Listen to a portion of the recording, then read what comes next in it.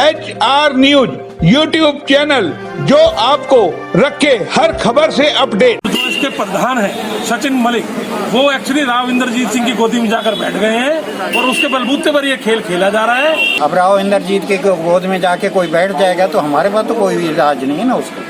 और हमारे पंजाबी समाज को दो फाड़ करने की जो साज सचिन मलिक और राव इंद्रजीत सिंह लड़ रहे हैं या करवा रहे हैं, उनकी ये चाल कभी भी हम कामयाब नहीं होने देंगे। राजनीतिक राजघरानों से संपर्क हैं, इन लोगों के अच्छे खासे संपर्क हैं, उसी का फायदा उठाकर ये समाज को वहाँ गिरवी रखना चाहते हैं।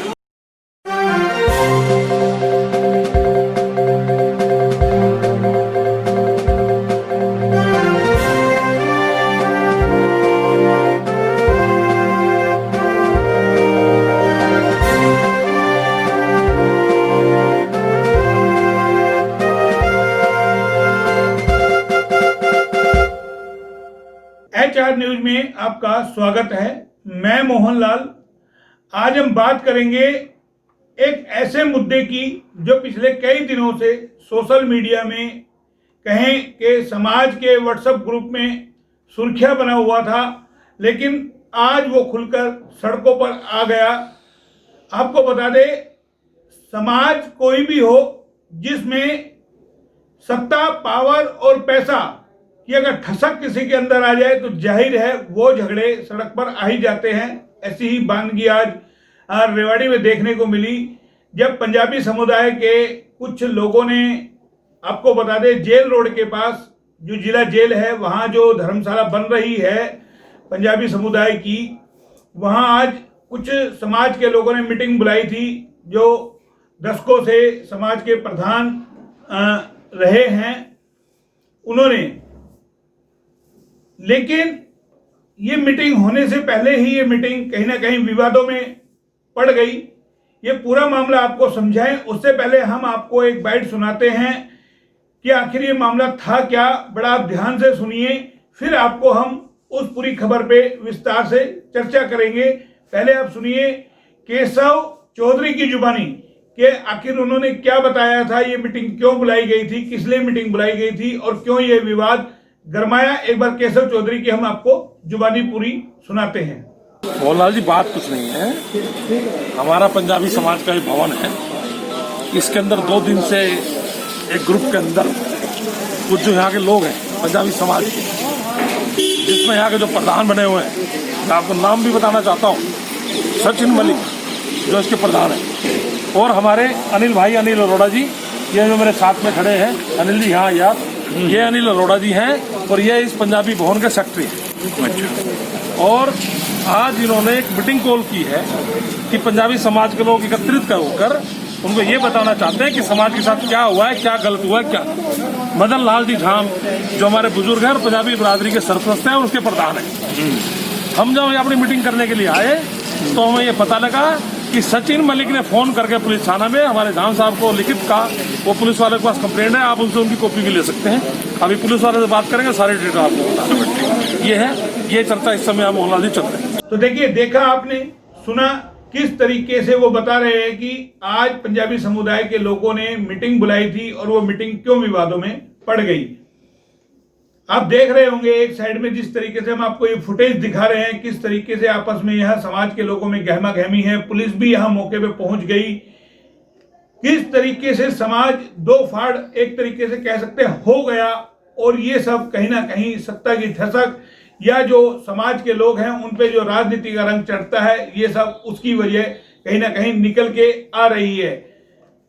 समाज के लोगों ने मीटिंग बुलाई थी, लेकिन दूसरे गुट ने पुलिस को शिकायत कर दी। शिकायत ये कर दी कि उनके खिलाफ पूरी षड्यंत्र रचा जा रहा है, लेकिन जो समाज के प्रधान हैं उनका कहना है कि ये रूटीन की मीटिंग थी, चुनाव आने वाले हैं उसको लेकर के। साथ ही आपको ये भी बता दें कि 2-3 दिन से लगातार व्हाट्सएप पे, सोशल मीडिया पे, फेसबुक पे लगातार समाज के लोगों द्वारा तरह तरह की पोस्टें डाली जा रही है।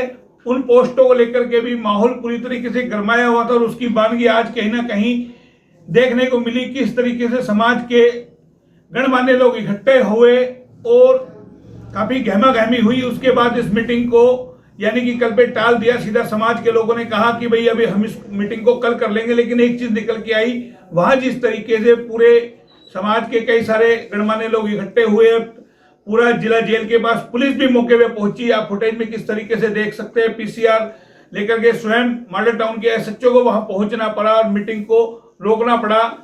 अब आपको बारी बारी ये सुनवाते हैं क्या कुछ समाज के लोगों ने कहा, आखिर पूरा मामला क्या था और पुलिस का क्या कुछ कहना है। तो अब आप सुनिए क्या कुछ इन लोगों का कहना है।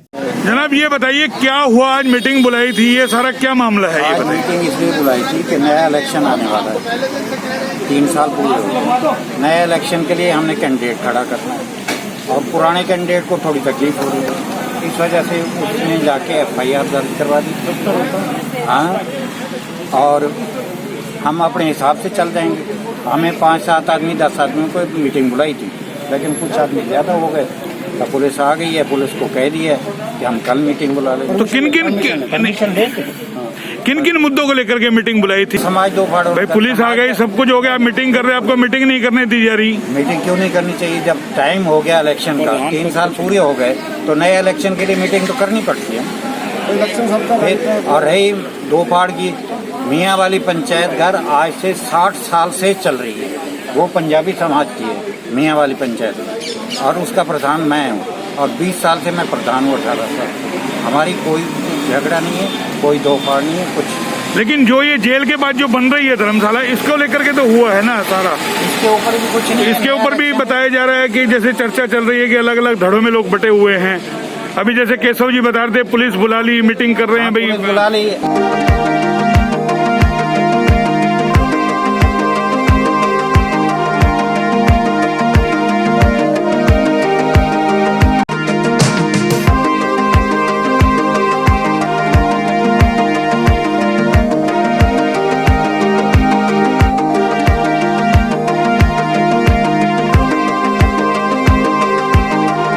अब राव इंद्रजीत के गोद में जाके कोई बैठ जाएगा तो हमारे पास तो कोई भी इलाज नहीं है ना उसका।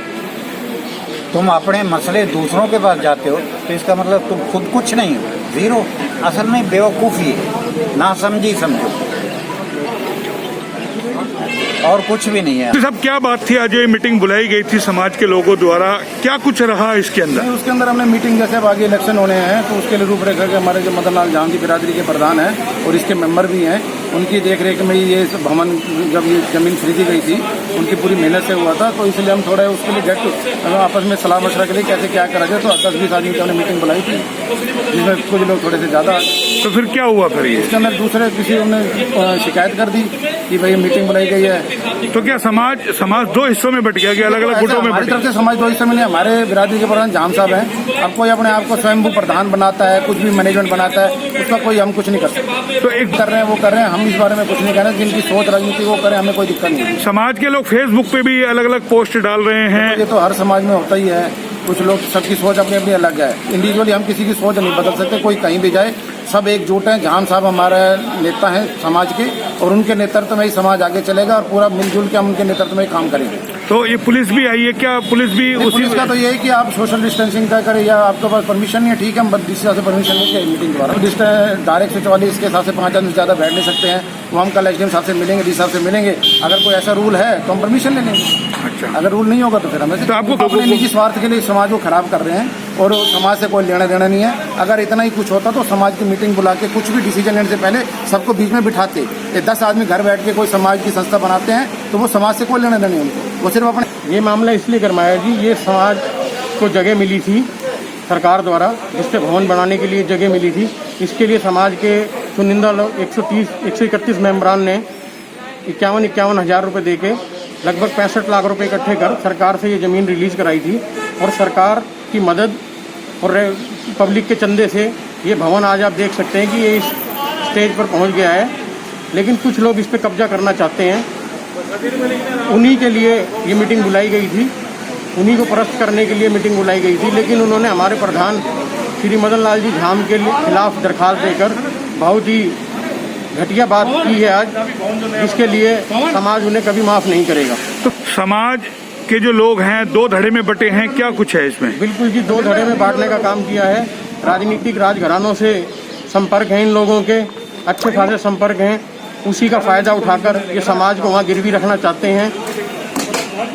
तो अब क्या क्या डिसीजन लिया आप तमाम लोगों अभी ने? तो पुलिस आ गई थी जी, अब हम दोबारा मीटिंग करेंगे, परमिशन लेकर के मीटिंग करेंगे और आगे की कार्रवाई जैसी भी होगी आपको बता दी जाएगी। साहब क्या मामला था जो ये मीटिंग हो रही थी, क्या गुस्सा थोड़ा सा? अभी सूचना मिली थी कि पंजाबी धर्मशाला के पास कुछ लोग इकट्ठे होकर मीटिंग कर रहे हैं।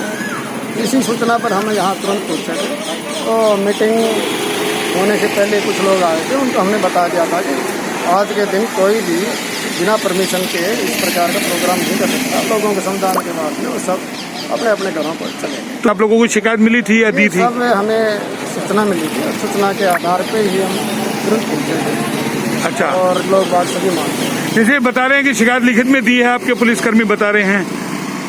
ये सब पुलिस का वर्क है और कोई भी संबंध में कोई भी एनीवन पुलिस के पास कंप्लेंट। तो क्या इन लोगों को मीटिंग करने के लिए परमिशन लेनी पड़ेगी, क्या कुछ करना पड़ेगा? ये जो भी MHA की और हरियाणा सरकार और भारत सरकार की गाइडलाइन है, सभी उसकी कंप्लेंट्स करेंगे और सभी को उन लोगों को कंप्लेंट्स करनी चाहिए। तो ये धारा 144 का उल्लंघन कर रहे थे क्या? जो भी MHA की गाइडलाइन है हमें उनकी पालना करनी है और सबको करवानी है। तो देखिए, सुना आपने समाज के लोगों का क्या कुछ कहना है। जाहिर है कल अभी मीटिंग होगी, आगे क्या कुछ फैसला है वो समाज के ये प्रमुख लोग अभी बताएंगे। लेकिन एक चीज है, अब ये विवाद कहीं ना कहीं राजनीति रंग लेता जा रहा है। जिस तरीके से इसके अंदर पूरी कहानी कहीं ना कहीं पूरी एक स्क्रिप्ट जो लिखी गई है वो आने वाले दिनों में इस समाज के अंदर बड़ा तूल पकड़ेगी। ये सिर्फ इस एक समाज का मामला नहीं है। आपको बता दें, समय समय पे सभी समाज के अंदर इस तरीके की स्थिति निकल के आती है, क्योंकि समाज के लोग अलग अलग गुटों में बटे हुए होते हैं और राजनीति लोग शायद इन्हीं चीजों का फायदा उठाते हैं जो आज यह सब देखने को मिला। अब आगे देखने वाली बात है कल जो मीटिंग होती है क्या कुछ उसमें निकल के आता है और आगे ये क्या रंग रूप लेती है। फिलहाल इतना ही, फिर किसी नए मुद्दे के साथ हाजिर होते हैं। तब तक के लिए नमस्कार।